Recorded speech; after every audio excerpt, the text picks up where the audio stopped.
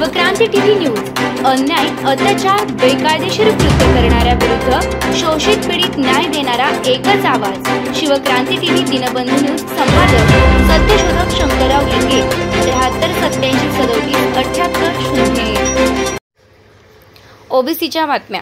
समाज म्हणून नव्हे तर ओबीसी म्हणून सर्वांनी एकत्रित यावे तरच आरक्षण टिकेल। प्रकाश आंबेडकर।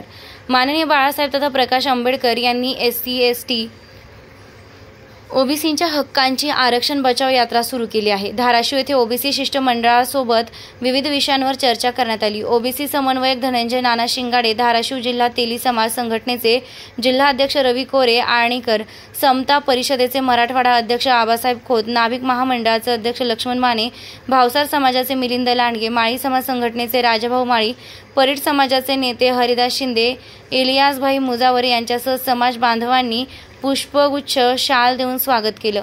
ओबीसी आरक्षण बचाव अभियानाच्या निमित्ताने ॲडव्होकेट प्रकाश आंबेडकर यांनी धाराशिव येथे ओबीसी बांधवांशी संवाद साधला। यावेळी त्यांनी स्पष्ट भूमिका मांडली।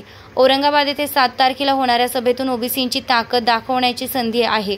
मराठा आणि ओबीसी यांच्या आरक्षणाचे ताट वेगवेगळे असले पाहिजे।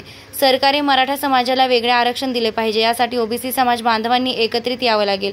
ओबीसींचे आमदार निवडून आल्याशिवाय आरक्षण वाचणार नाही, अशी भूमिका आंबेडकर यांनी मांडली। तरी 7 ऑगस्ट रोजी एससी एसटी ओबीसी आरक्षण बचाव यात्रेचा समारोप आहे।